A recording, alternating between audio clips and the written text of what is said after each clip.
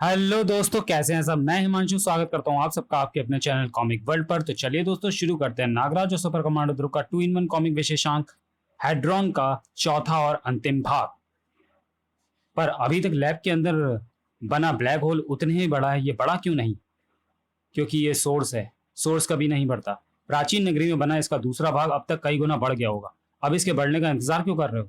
चलो यहाँ से जल्दी निकलो। तुम्हारा प्लेन शायद अभी भी खड़ा हो। आओ। एक मिनट चंडिका, मुझे अभी अभी कुछ याद आया है। मुझे हैड्रॉन कोलाइडर की सुरंग में वापस जाना होगा। शायद मैं ब्लैक होल को खत्म करने में नागराज की मदद कर सकूं। तुम पागल तो नहीं हो गए? तुम इस सिस्टम को रोकने की कोशिश करोगे, है ना? पर यह सिस्टम अब सेल्फ सस्टेनिंग हो चुका है। समझो किसी न्यूक्लियर फ्यूजन या फिजन की तरह। एक बार शुरू हो गया तो फिर उसको रोका नहीं जा सकता।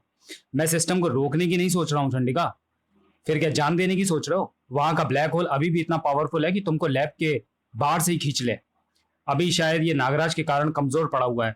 इसके और शक्तिशाली होने का इंतजार मत करो। समय रहते निकल लो। हाँ ठीक, तुम समय रहते यहां से निकल लो चंडिका। पता नहीं मेरे एक्शन का इस पूरे क्षेत्र पर क्या असर पड़ेगा। मुझे इसी बात का डर था।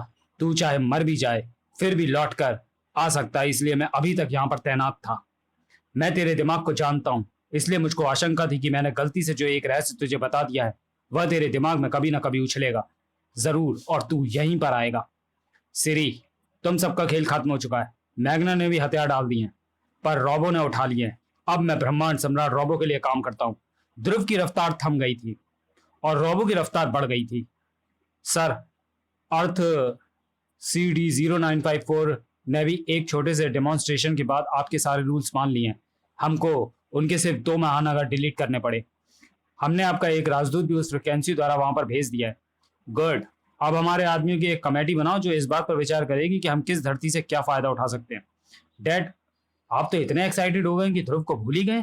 वह कभी भी तुम भी ध्रुव को भूल जाओ बेटी। वह 100 जन्म ले ले फिर भी अब हमारे लिए खतरा नहीं बन सकता। अभी वह सिस्टम दूसरे कामों में बिजी है।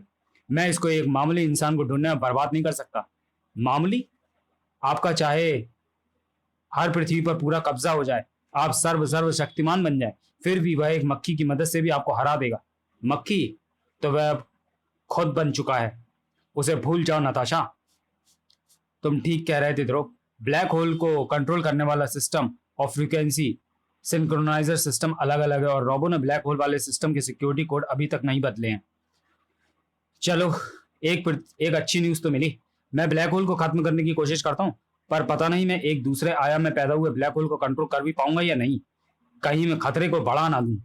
तू नीचे नहीं ऊपर जाएगा ध्रुव। इसके बदन में लोहा भरा है क्या? मैं सांस लेने के लिए छाती तक हिला पा रहा हूं। इसको हटाना पड़ेगा। प्रयोग से सिद्ध हो गया है कि सिंगल पुली के प्रयोग से वजन आधा हो जाता है। टक। पर मेरा आधा वजन ही तुझे कुचलने के लिए काफी है। Good shot Siri. Buck up, come on Siri. क्या कर रही है तू चंडिका? मेरी मदद करने के बजाय दुश्मन का उत्साह बढ़ा रही है। दुश्मन? ये तो मेरा ही काम कर रहा है। तुमको वापस नीचे जाने से रोक रहा है। खामा खा का समय खराब हो रहा है। चंडिका समझ नहीं पा रही है कि मैं अपनी जान दांव पर यूं ही नहीं लगा रहा हूं। ये तो सिरी का नाश्ता तक नहीं था ध्रुव।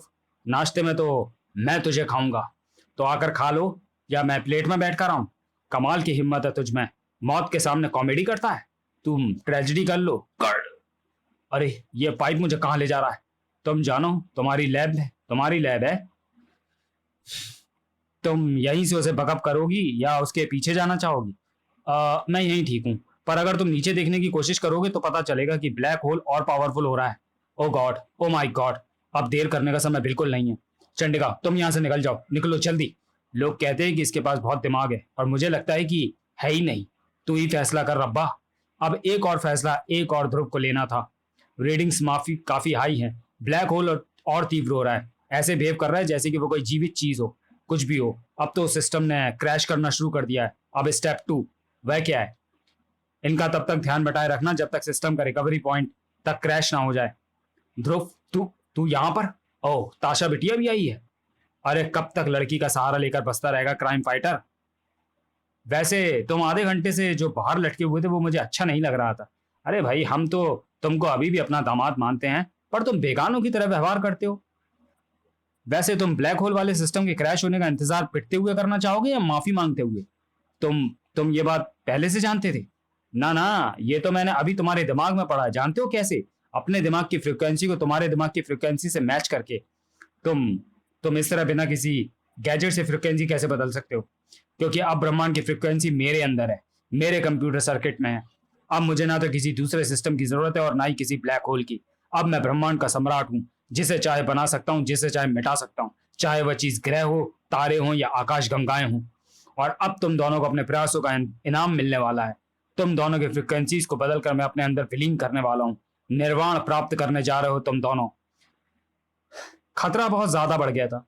अब खतरा एक दो या अनेक ब्रह्मांड पर नहीं, पूरी सृष्टि पर ही मंडरा रहा था। और ऐसे छोटे मोटे प्रयासों से उसका कोई भला होने वाला नहीं था। एक पृथ्वी पर मंडराता ब्लैक होल का खतरा इस खतरे के सामने छोटा ही प्रतीत हो रहा था। ओह, ये जिस तेजी से नागराजों और विषयों की ऊर्जा पी रहा है, उससे इसकी ताकत बढ़ती जा रही है। अभी तो मुकाबला बराबर का है, पर यह जल्दी मुझ पर हावी हो जाएगा। ब्रह्मांड का सबसे शक्तिशाली दबाव ब्रह्मांड की सबसे ठोस चीज पर जोर आजमा रहा था। आह, ये धीरे धीरे मुझ पर हावी हो रहा है। मुझे थोड़ी अतिरिक्त शक्ति चाहिए, पर अतिरिक्त शक्ति मिलेगी कैसे? ब्लैक होल के अंदर तो कोई और शक्ति जीवित रह ही नहीं सकती। इस ब्लैक होल के क्षेत्र में जीवन होना भी एक आश्चर्य की बात है, नहीं है नागराज? जीवन के लिए अणुओं का जटिल संयोजन आवश्यक है, और ब्लैक होल का दबाव जटिलतम संयोजन पैदा कर सकता है। यह जीवन का एक अद्भुत और दुर्लभ रूप है, और इसके अणुओं के संयोजन को तोड़ पाना असंभव है। सीधे शब्दों में कहो तो हम इसको यूं मार नहीं सकते। दादा वेदाचार और साथ में तुम सब भी, सब यहां पर कैसे? इसी की मेहरबानी से, बड़ी मुश्किल से हमारे तिलिस्मी कवच ने हमको बचाए रखा था। वैसे हमको तो सपने में भी आभास नहीं था कि ब्लैक होल के केंद्र में कोई ऐसा जीवन भी है। जीवन है तो मृत्यु भी जरूर होगी। तुम्हें उसको नष्ट करना ही होगा नागराज। अतिरिक्त शक्ति तुमको हम देंगे। बाजी एकदम से पलट गई थी। तीन महाशक्तियां अपनी अद्भुत पराशक्तियों को नागराजों की संयुक्त शक्ति के साथ मिला रहे थे, और ब्लैक होल का आतंक अपने पैर खींचने लगा था। पर यह छलावा था। ओह, इसने दादा वेदाचार और भारती को अपने अंदर समा लिया है। अब तो यह महाशक्तिशाली हो गया है, और मैं इस पर वार करने से हिचक रहा हूं। इस ब्लैक होल को खत्म करने का एक ही तरीका है। सिरी ने बताया था कि ब्लैक होल के साथ साथ उसकी काट भी पैदा होती है, यानी जीरो ग्रेविटी। अगर दोनों को एक साथ मिला दिया जाए तो ब्लैक होल मिट जाएगा। पर यह काम होगा कैसे? इस मोटे मेटल के जोड़ को तोड़ पाना वैसे ही असंभव है। और ब्लैक होल की शक्ति और अब मेरे फेफड़ों की हवा के बाद मेरे फेफड़े भी खिंचने जा रही हैं। कोई तो ऐसी चीज मिले, ये चलेगी। हा हा, तुम पीछा नहीं छोड़ोगी। कुछ ही सेकंडों में सब कुछ फिट हो गया था। अब एक स्पार्क सारा काम कर देगा। ध्रुव को यह अनुमान कतई नहीं था कि ब्लैक होल एक जीवित शक्ति और उसके साथ तिलिस्मी शक्तियां भी हैं। अब मेरे पास सिर्फ तेरी नाग शक्ति की कमी है, और उसके बाद तो मुझे ब्रह्मा भी मिटा नहीं पाएंगे। ये सही कह रहा है। मैं इसको रोक सकता हूं, पर अब मिटा नहीं सकता। हम सुरक्षित दूरी पर आ गए चंडिका। अब बस एक काम बचा है, पावर का स्विच ऑफ और ऑन करके टक स्पार्क को पैदा करना। स्पार्क होगा, ऑक्सीजन आग पकड़ेगी, सिलेंडर फटेगा, ब्रिज टूटेगा, और ब्लैक होल जीरो ग्रेविटी में मिलकर खत्म हो जाएगा। मेरा दिमाग इस बार फेल हो गया। ब्लैक होल को नष्ट करने का ये मेरे पास आखिरी तरीका था। अब हम कुछ नहीं कर सकते। पर ध्रुव फेल नहीं हुआ था। किसी ने एंट्री ग्रेविटी को रिलीज कर दिया है, पर अब मेरी काट भी मेरी काट नहीं बन सकती। मुझे और शक्ति चाहिए, तेरी पूरी शक्ति चाहिए नागराज। तेरे शरीर में बसी हजारों सूर्य जितनी विश्व की ऊर्जा। तू बकवास कर रहा है ब्लैक होल। मुझे पता नहीं अभी अचानक क्या नया घटित हुआ है, पर उससे तू कमजोर जरूर हो गया है, बहुत ज्यादा कमजोर। दोनों महाशक्तियां पलड़े को अपनी तरफ झुकाने की चेष्टा कर रही थी। संतुलन इतना बराबर था कि अगर एक पंख भी किसी के पलड़े में गिर जाए तो वह पलड़ा भारी हो जाए। तू कब तक फ्रीक्वेंसी डिसरप्टर का इस्तेमाल करके बसता रहेगा ध्रुव? जब तक संभव हो रोबो, पर अभी मैं इसको सेट नहीं कर पा रहा हूं। फिर तू क्या कर रहा है? मैं तेरे दिमाग को पढ़ नहीं पा रहा हूं, क्योंकि मैं जो कर रहा हूं वो सोच नहीं रहा हूं। इतना तो अपने दिमाग को मैंने ट्रेन किया हुआ है। कर ले, पर तू ज्यादा देर तक अपने विचारों को मुझसे छुपा नहीं पाएगा। ओह, पता चल गया मुझे। ये तू क्या कर रहा है? ब्लैक होल के सिस्टम को नष्ट करने की बजाय उसको और पावरफुल बना रहा है। क्यों? चुंबक अगर लोहे को खींच सकता है रोबो, तो लोहा भी चुंबक को खींच सकता है।